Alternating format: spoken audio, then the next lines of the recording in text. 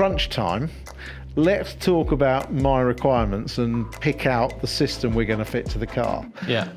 So for me, I'd like a bit of extra noise. I don't want it full race pipe noise because I want to be able to still pass track day noise regulations. Yeah. But I also want additional performance. If possible, yes, in terms of power, but that isn't my main goal. My main concern is weight saving for better handling of the car. Yeah, so I mean, I think the best route is going to be, in terms of the largest weight saving, comes from the side silencers. Yeah. So the stock side silencers weigh 10.1 kilos each. Yeah. There's also an added benefit that it's a reduction in latent heat in the wheel arch. Yeah. So you'll actually see a drop in tyre temperature running these over the standard side silencers, around about 5-degree tyre temp, which, you know, every little helps. So that's a 20 kilo weight loss. How much extra noise? I would recommend using this with a standard centre silencer if you're going to do UK track days. We can have a valved or a non-valved option. Yeah. So, you know, with that, we've talked about the benefits and disadvantages of that. But around about 5 decibel increase from stock. Yeah. But still having the noise control as well if you go with the valve option. Okay. I think this is something which is a really nice route to go down if you're just looking for a performance option without a huge amount of extra sound. Okay, all right. Manifolds is purely down to whether I can afford them or not, because I'd love the performance, but I think I'll have to take a view on whether I go for that. In terms of the rest of it, I mean, it's only then for me is a case of exhaust tips, isn't it? I mean, if for the sake of argument I had your silent centre pipe on instead of the stock pipe, but then I went to a track day and I put the silence on, where would I be in relation to having the stock pipe and the bypass valves in terms of noise? Yeah, so your completely stock car driving around Silverstone, it'll be around about 97 decibels on a drive-by. Yeah. Most circuits now have their noise meters just on the point at which the car's literally producing the most noise. So your car's around about 97 decibels. With the side silencer deletes and the standard centre box, you're going to be around about 101. Yeah. And then with the centre silencer as well, a delete, you'd be around about 104, 105. But then if I put that on, back down to about 100, 99 to 100. Right. So you've got the option of kind of going a little bit further if you wanted it a bit more aggressive for the road, but then also having the option to, right, I'm going to go on a track day, stick the tips on, away you go. Okay, and if I want the car still to be, because I do use it on the road, if I don't want it to be full loud all the time, but I don't want to necessarily drive around with the silence tips on the road, I need the valved system, don't I? Yeah, I mean, in terms of having the option to turn the system down, I see it as a first point, go with the side silencers. Try it with the valves, without the valves, see which you prefer. You can actually run the valve system and unplug it, and it gives you a kind of a similar effect. Obviously without the weight saving. And then I see that as a next step in terms of outright performance. Rather than touching the centre silencer, you can afford to add a little bit of noise, but definitely that power with the manifolds. Right. So this combination with the standard centre silencer and then the option of the silence tips as well. And that's actually a really popular upgrade for the guys who do track driving. Okay, well, I mean, most people would imagine that the centre box would be the first thing that you changed, actually. And we have got another GT3 here with that very modification done with your centre box on. But for me, it seems like actually the last thing I should change. Yeah, I think it really does depend on your requirements.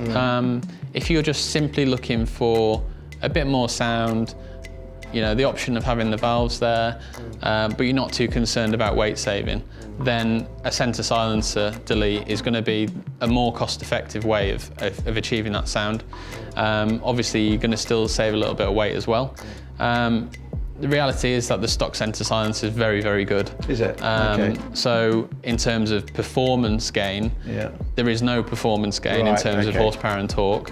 Importantly, there's no loss. No. There is a weight saving, obviously. There's the mildest of gains on the dyno, but in reality, you're not going to feel 2 or 3 horsepower. No. There's about 5 or 6 kilos to be saved, but if you're going this route, then there's more. You've already lost 20. Yeah, exactly. Yeah. So, like I said earlier, there's many different ways to achieve different things, and that's why we felt it necessary to have this large range of products. Okay. Because it just gives you the options to arrive at the destination that you want to be at.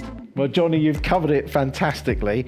I think it's time we got some bits on the car. Yeah, let's do it. Let's go.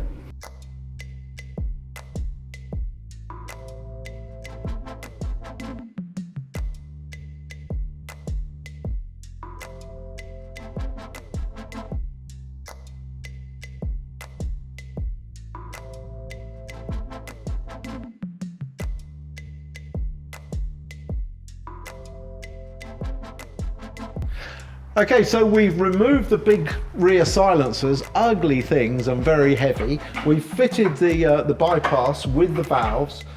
Johnny, we work on a lot of cars here and always doing upgrades and different things, but the fit is absolutely vital here. The finish and the fit of this is superb.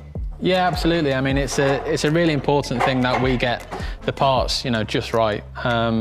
Again, it's also very important that they're installed by the right people. So the guys here at RPM Technik have done a fantastic job today.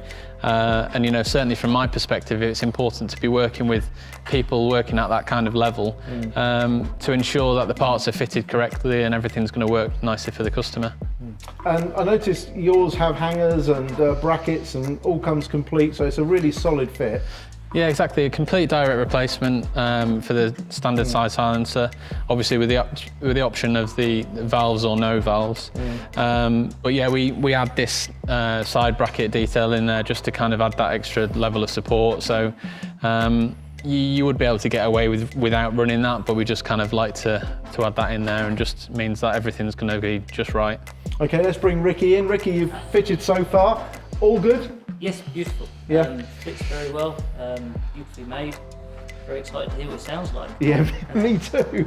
There's one glaring obvious thing here, and that is the standard manifold. It really does stand out as being almost rudimentary compared to your beautiful bypass system. So I think there's 30 horsepower in if I change those, so that might be your next job, mate. Excellent, looking forward to it.